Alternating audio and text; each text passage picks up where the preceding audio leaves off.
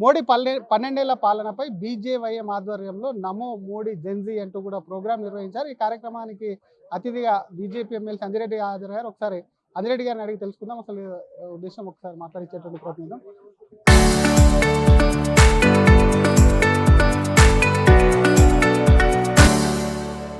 Sir, జెన్జీకి సంబంధించినటువంటి అంశంలో Congress already రెచ్చగొడుతుంది. Gen Z తిరగబడుతుంది, బీజేపీని తరిమి కొట్టాలి, శ్రీలంక, బంగ్లాదేశ్ అని. మీరేమో జెన్జీకి మోడీ ఇది చేశారు, అది చేశారు అని చెప్తున్నారు. ఏం చెప్తున్నాం జెన్జీని ఉద్దేశించి?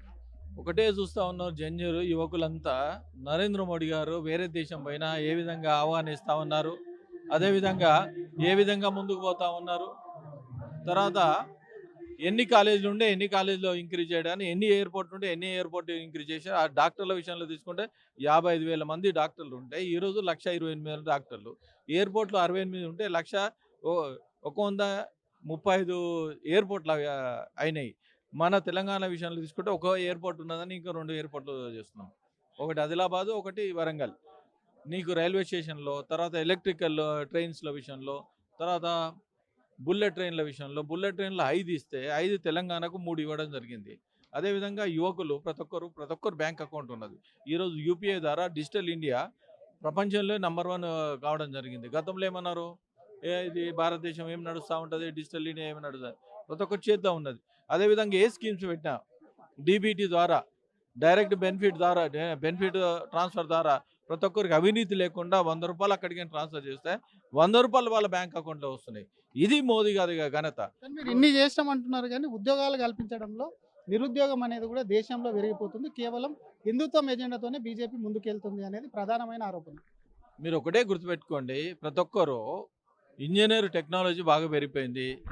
అదేవిధంగా టెక్నాలజీ పెరిగిన తర్వాత స్కిల్ ఇండియా ఏదైతే నేర్చుకొని ముందుకు పోవాలి. అదేవిధంగా ఏంటంటే ప్రతి ఒక్కరు జాబ్ క్రియేటర్ కావాలి. మనము ఇండస్ట్రీ పెట్టాలి, 10 మందికి జాబ్ ఇవ్వాలి. 10 మంది జాబ్ ఇచ్చినప్పుడే ముద్రా లోన్ అయినా, ఎంఎస్ఎంఈ లోన్ అయినా, ఎంఎస్ఎంఈ లోన్ అయినా, మేక్ ఇన్ ఇండియా కార్యక్రమం ఏదైతే పెట్టినరో మేక్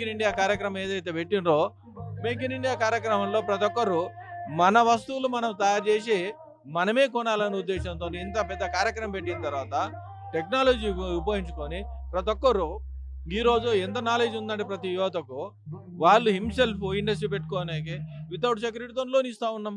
20 lakhs దాకా లోన్ ఇస్తూ ఉన్నాం. అదే ఎస్సీ ఎస్టీ వాళ్ళకైతే 50 లక్షల దాకా లోన్ ఇస్తూ ఉన్నాం. అదేవిధంగా గ్రూప్ ఇండస్ట్రీ పెట్టుకోవాలంటే అన్నింటిలో సబ్సిడీ ఇస్తూ ఉన్నాం. రైతుల విషయంలో తీసుకున్నాం, రైతులకు అన్ని రకాల 14 రకాల స్కీమ్స్ పెట్టేసి ఏ విధంగా డెవలప్ కావాలి, ఆ సేంద్రియ విధాలతోని ఓల్డ్ ఈజ్ గోల్డ్ అనేది సేంద్రియ విధాలతో చేసుకుంటే మన దేశం మీద ఎన్నో దేశాలు ఆధారపడి ఉన్నాయి. 60% ఎక్స్పోర్ట్ చేస్తూ ఉన్నాం ఆహార ఉత్పత్తులు. దాన్ని బట్టి ఆలోచించుకోవాలి. ప్రతి ఒక్కరు ఒకటే కార్యక్రమం కాదు, అన్ని కార్యక్రమాల్లో మనం ముందుండాలి. భారతదేశం కూడా ఇప్పుడు 3వ స్థానానికి ఎదిగిందంటే కేవలము మనము క్రమశిక్షణతో ఇన్ని దేశాల్లో మన దేశం ముందు ఉందంటే మిగతా దేశాలు మనతో ఎందుకు పోటీ పడతలేదు? ఆహార ఉత్పత్తులు వ్యవసాయంకు బాగా అనుకూలంగా దేశం ఇది. ఈ దేశాన్ని ఉత్పత్తి బాగా జరుగుతూ ఉన్నది అన్ని రంగాల్లో. అందుకని యువతను కోరేది ఏంటంటే సోషల్ మీడియా ద్వారా వ్యసనాలకు మీద ఆధారపడకుండా దేశాన్ని ఏ విధంగా ముందుకు పోతుంది, దేశానికి అవసరం పడేదాన్ని దాన్ని యూటిలైజ్ చేయమని చెప్తా ఉన్నాను. అదేవిధంగా యువతకు నేను కోరేది ఏంటంటే ప్రతి ఒక్కరు యువత ఏదైతే కార్యక్రమాలు చేస్తూ ఉన్నారో బ్యాంక్ అకౌంట్లో ఉన్న అందరూ వాళ్ళు సెల్ఫ్గా ఇన్సూరెన్స్, ప్రధానమంత్రి జీవన్ జ్యోతి బీమా, ప్రధానమంత్రి సురక్ష బీమా, అదేవిధంగా హెల్త్ స్కీము మీరు పెట్టుకొని మీతో ఆదర్శంగా ఉండాలి. ఆదర్శంగా ఉన్నప్పుడే మనం ఎక్స్ప్లెయిన్ చేయడానికి ఆస్కారం ఉంటుంది. ఎన్ఈపీ నేషనల్ ఎడ్యుకేషన్ పాలసీ వచ్చిందనుకో దేశం మొత్తం మీద ఒకటే ఎడ్యుకేషన్ పాలసీ వస్తూ ఉంటుంది. మీరు ఒకటే గుర్తుపెట్టుకోవాలి ఏంటంటే యువత టోటల్లీ మనకు ఏంటంటే ఇన్ఫ్రాస్ట్రక్చర్ డెవలప్మెంట్ చేస్తుంది. ఇన్ఫ్రాస్ట్రక్చర్ డెవలప్మెంట్ చేసిన మొన్న జైరాబాద్లో 3,500 కోట్లతోని స్మార్ట్ సిటీగా డిక్లేర్ చేయడం దాన్ని. పెద్ద ఇండస్ట్రియల్ ఏరియా, సుమారు 20,000 ఎకరాల ఇండస్ట్రియల్ ఏరియా. అక్కడ ఇండస్ట్రీ పెట్టుకోవడానికి దాని ప్రపోజల్ పెట్టారు. అదేవిధంగా ప్రధానమంత్రి టెక్స్టైల్ పార్క్ కూడా అక్కడ పెట్టడం జరిగింది. తర్వాత కోచ్ ఫ్యాక్టరీ పెట్టడం జరిగింది. ఇట్లా ఇన్ఫ్రాస్ట్రక్చర్ డెవలప్మెంట్ ఇంత చెప్తున్నా కేవలం జెన్జీ ఓట్ల కోసమే బీజేపీ ఇదంతా చేస్తుందని అనుకోవచ్చు ఒక మాటలో. జెన్జీ ఒకటే నేను ఏమంటున్నానంటే మంచి పరిపాలన, అవినీతి లేని పరిపాలన ఎవరైతే చేస్తూ ఉన్నారో వాళ్ళకి సపోర్ట్ చేస్తారు. అవినీతి ఉన్న పరిపాలనకి ఎవరు సపోర్ట్ చేయడు. ఒకటి ఇప్పుడు సార్ వచ్చింది. దేశం మొత్తం మీద ఎక్కడైనా ఒకటే ఓటు ఉండాలి. ఒక మనిషికి ఒకటే ఓటు ఉండాలి. బీదోళ్ళైనా, ఉన్నోళ్ళైనా. దా ఆ ఓటుని ట్రాన్స్‌ఫర్ చేసుకోవచ్చు. ఎక్కడ కావాలంటే అక్కడ ట్రాన్స్‌ఫర్ చేసుకోవచ్చు. వేరే రాష్ట్రం పోయినా అక్కడ ట్రాన్స్‌ఫర్ చేసుకోవచ్చు. దాన్ని బట్టి ఎందుకంటే రాబోయే రోజుల్లో ఇది జమిలీ ఎలక్షన్స్ వస్తా ఉంటాయి. సీట్లు పెరుగుతాయి. యువత రాజకీయాలు రావాలి. రాజకీయాలు ఎడ్యుకేటెడ్ యువత దీన్ని మనం ముందు తీసుకుపోయే బాధ్యత వీళ్ళ పైన ఉన్నది. వాళ్ళు దేశాన్ని కాపాడే బాధ్యత కూడా వాళ్ళ పైనే ఉంది. ఇన్‌ఫ్రాస్ట్రక్చర్ డెవలప్‌మెంట్ చేసిన మొన్న జైరాబాద్‌లో 3,500 కోట్లతోని స్మార్ట్ సిటీగా డిక్లేర్ చేయడం దాన్ని. పెద్ద ఇండస్ట్రియల్ ఏరియా సుమారు 20,000 ఎకరాల ఇండస్ట్రియల్ ఏరియా. అక్కడ ఇండస్ట్రీ పెట్టుకోవడానికి దాని ప్రపోజల్ పెట్టారు. అదేవిధంగా ప్రధానమంత్రి టెక్స్టైల్ పార్క్ కూడా అక్కడ పెట్టడం జరిగింది. తర్వాత కోచ్ ఫ్యాక్టరీ పెట్టడం జరిగింది. ఇట్లా ఇన్‌ఫ్రాస్ట్రక్చర్ డెవలప్‌మెంట్ నేను ఇంత చెప్తున్నా కేవలం జెన్‌జీ ఓట్ల కోసమే బీజేపీ ఇదంతా చేస్తుందని అనుకోవచ్చు ఒక్క మాటలో. జెన్‌జీ ఒకటే నేనేమంటున్నానంటే, మంచి పరిపాలన, అవినీతి లేని పరిపాలన ఎవరైతే చేస్తా ఉన్నారో వాళ్ళకి సపోర్ట్ చేస్తారు. అవినీతి ఉన్న పరిపాలనకి ఎవరు సపోర్ట్ చేయడు. ఒకటి ఇప్పుడు సార్ వచ్చింది. దేశం మొత్తం మీద ఎక్కడైనా ఒకటే ఓటు ఉండాలి. ఒక మనిషికి ఒకటే ఓటు ఉండాలి. బీదోళ్ళైనా, ఉన్నోళ్ళైనా. దా ఆ ఓటుని ట్రాన్స్‌ఫర్ చేసుకోవచ్చు. ఎక్కడ కావాలంటే అక్కడ ట్రాన్స్‌ఫర్ చేసుకోవచ్చు. వేరే రాష్ట్రం పోయినా అక్కడ ట్రాన్స్‌ఫర్ చేసుకోవచ్చు. దాన్ని బట్టి ఎందుకంటే రాబోయే రోజుల్లో ఇది జమిలీ ఎలక్షన్స్ వస్తా ఉంటాయి. సీట్లు పెరుగుతాయి. యువత రాజకీయాలు రావాలి. రాజకీయాలు ఎడ్యుకేటెడ్ యువత దీన్ని మనం ముందు తీసుకుపోయే బాధ్యత వీళ్ళ పైన ఉన్నది. వాళ్ళు దేశాన్ని కాపాడే బాధ్యత కూడా వాళ్ళ పైనే ఉంది.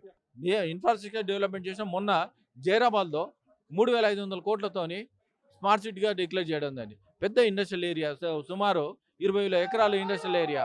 అక్కడ ఇండస్ట్రీ పెట్టుకోవడానికి దాని ప్రపోజల్ పెట్టారు. అదేవిధంగా ప్రధానమంత్రి టెక్స్టైల్ పార్క్ కూడా అక్కడ పెట్టడం జరిగింది. తర్వాత కోచ్ ఫ్యాక్టరీ పెట్టడం జరిగింది. ఇట్లా ఇన్‌ఫ్రాస్ట్రక్చర్ డెవలప్‌మెంట్ నేను ఇంత చెప్తున్నా కేవలం జెన్‌జీ ఓట్ల కోసమే బీజేపీ ఇదంతా చేస్తుందని అనుకోవచ్చు ఒక్క మాటలో. జెన్‌జీ ఒకటే నేనేమంటున్నానంటే, మంచి పరిపాలన, అవినీతి లేని పరిపాలన ఎవరైతే చేస్తా ఉన్నారో వాళ్ళకి సపోర్ట్ చేస్తారు. అవినీతి ఉన్న పరిపాలనకి ఎవరు సపోర్ట్ చేయడు. ఒకటి ఇప్పుడు సార్ వచ్చింది. దేశం మొత్తం మీద ఎక్కడైనా ఒకటే ఓటు ఉండాలి. ఒక మనిషికి ఒకటే ఓటు ఉండాలి. బీదోళ్ళైనా, ఉన్నోళ్ళైనా. దా ఆ ఓటుని ట్రాన్స్‌ఫర్ చేసుకోవచ్చు. ఎక్కడ కావాలంటే అక్కడ ట్రాన్స్‌ఫర్ చేసుకోవచ్చు. వేరే రాష్ట్రం పోయినా అక్కడ ట్రాన్స్‌ఫర్ చేసుకోవచ్చు. దాన్ని బట్టి ఎందుకంటే రాబోయే రోజుల్లో ఇది జమిలీ ఎలక్షన్స్ వస్తా ఉంటాయి. సీట్లు పెరుగుతాయి. యువత రాజకీయాలు రావాలి. రాజకీయాలు ఎడ్యుకేటెడ్ యువత దీన్ని మనం ముందు తీసుకుపోయే బాధ్యత వీళ్ళ పైన ఉన్నది. వాళ్ళు దేశాన్ని కాపాడే బాధ్యత కూడా వాళ్ళ పైనే ఉంది. Thank you sir. ఇది అసలు జెన్‌జీకి సంబంధించినటువంటి అంశంలో ఓట్ల కోసమే కాదు, దేశంలో జరుగుతున్నటువంటి అభివృద్ధి, యువత రాజకీయాల్లోకి రావాలి. ఉద్యోగాల విషయానికొస్తే ఉద్యోగాల కల్పన అంటే ఉద్యోగాలు సృష్టించే విధంగా కూడా పారిశ్రామికవేత్తలు కావాలనే మోడీ కూడా కృషి చేస్తున్నారు. దానికి అనుగుణంగా కూడా జెన్‌జీ అనేది కూడా ముందుకెళ్ళాలని చెప్తున్నారు. ఈ జెన్‌జీ మూవ్‌మెంట్ ఏదైతే ఉందో ఒకవైపు ఎస్ఐఆర్‌తో భయం చూపెడుతున్నారు. ఇంకోవైపు జెన్‌జీతో కూడా అల్లర్లు సృష్టించేటువంటి ప్రయత్నం చేస్తున్నారు కాబట్టి వాటన్నిటిని తిప్పికొట్టేందుకే ఇటువంటి అవేర్‌నెస్ కార్యక్రమాలు అంటూ కూడా బీజేపీ ఎమ్మెల్సీ అంజిరెడ్డి అంటున్నారు. కెమెరామెన్ జ్ఞానేశ్వర్తో శ్రీధర్, ఆర్టీవీ, హైదరాబాద్.